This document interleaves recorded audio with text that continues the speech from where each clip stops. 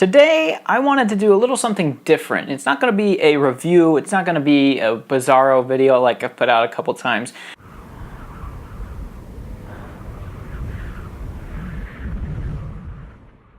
I just wanted to address something, and the reason that I wanted to address this particular topic is because of this Blu-ray right here.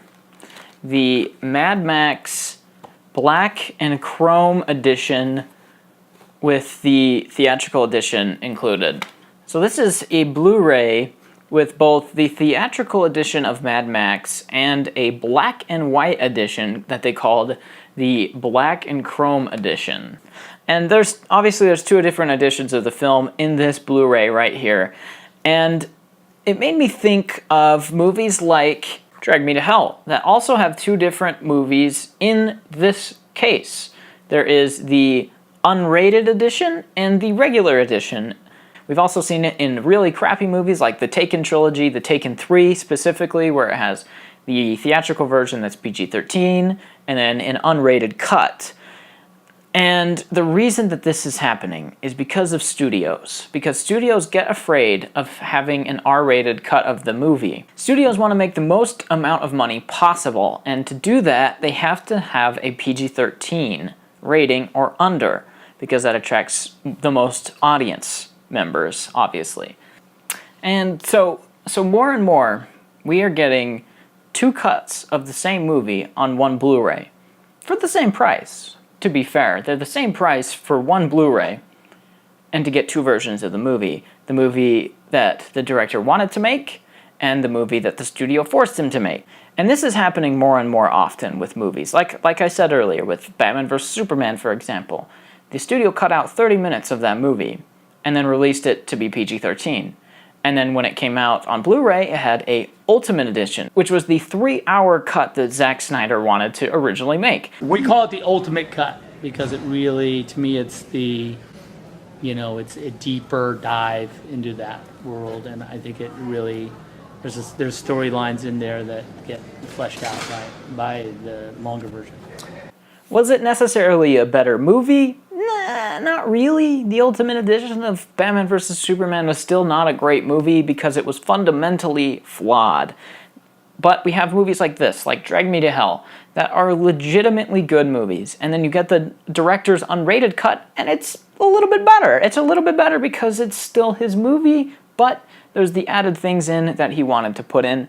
But back in the 80s and maybe early 90s, we were getting movies that filmmakers actually wanted to make, and we got great quality stuff, like Taxi Driver, Raging Bull, or Pulp Fiction, Reservoir Dogs even a little bit. But these were movies that the filmmakers wanted to make, and look how they turned out. Really, really good. Big studios were releasing movies like this because they were afraid, because beforehand we were getting movies like Halloween 7 and Jason vs. Freddy and all of these terrible franchise movies that had been going on for way too long and just stopped making money. So studios got afraid and they said, okay, let's just have our filmmakers actually make the movie they want to make. Now we're getting massive franchises like Marvel that have 300,000 movies in the works, or Warner Brothers DC that has 40 movies for the next 10 years in the works, and we're getting other horror movies that are getting a bunch of sequels. We're getting franchises for random movies, completely random movies like Fast and the Furious. Why did that become a franchise? No one knows. No one knows what makes movies successful anymore, so they just bank on IP, but then Jem and the Holograms just ate shit. F8 is coming out next year. We're getting to the point where studios are going to stop making money off their franchises. How long will that be? I don't know. It's really up to us. It's really up to us to stop giving them money. And because a lot of the movies, and that's kind of hard, because, for example, Marvel makes decent movies. They're not terrible. They're not Halloween 6. They're not Freddy vs. Jason. They're nothing like that. They're nothing like these awful movies that are literally just cynical cash grabs.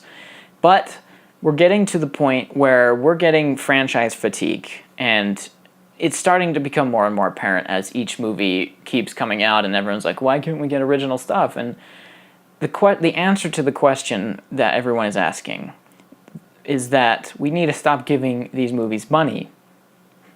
It's very simple. If we don't go see Transformers 5 and it makes less than $1 billion, then the studio might actually consider doing something about it. If we are content with Marvel making tons and tons of movies, then that's fine. That's all we'll get. And we should stop asking the question, why are there so many remakes and why are there so many sequels? Because we know the answer. We keep giving them money, right?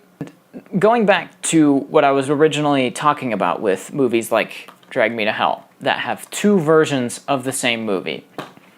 We're getting two versions of the same movie because studios are afraid of releasing an R-rated movie in this time of PG-13 movies. Studios aren't confident in original movies. They're not confident in the Drag Me to Hells. So they force them to be PG-13. They cut them down. They make them happier. They make them lighthearted. They make them like Marvel, for example. And that's why we get two different cuts. We get the cut that was the studio's cut, and then we get the filmmaker's cut. And more times than not, the filmmaker's cut is better. Is it always? No. Some of them are like Taken 3, where they're just cash grabs in both senses, but one is PG-13 and one has an F word. Not much different. It's very simple, and I wanted to talk about this because it is becoming more and more clear with every film that comes out, with every DVD or Blu-ray that comes out. And to be fair, George Miller was the one that wanted the black and chrome edition to come out because he said it was the better version of the movie. But it came out almost 2 years after the original cut. And you know when it came out right before Christmas. If that doesn't smell like a cash grab, I don't know what does. Mad Max Fury Road was made by a man with a vision. Drag Me to Hell was made by a man with a vision. There we go. Taken 3 was made by a studio that wanted money. Obviously, I'm not in the clear here because I have movies like these. I've paid money for these, and the Lord of the Rings, I don't know if you can see that, Lord of the Rings box set, Blu-ray, extended editions, and I have a bunch of other box sets. I have a bunch of other unrated movies and movies with different cuts of the same movie. So obviously I've given money to things like this, and I don't think that's a bad thing by any means. I'm not saying that you're a bad person for giving money to stuff like this, but what I'm trying to say is that if we want things that are different, then we can't keep giving money to movies that are the same and then release the same cut of the same movie but on Blu-ray, like Batman vs. Superman. We all know that the movie is bad, so why are we buying another bad version of a bad movie? It doesn't make sense to do that, but we do, because there's a little voice in our brain that says, yeah, you know what, it might be better.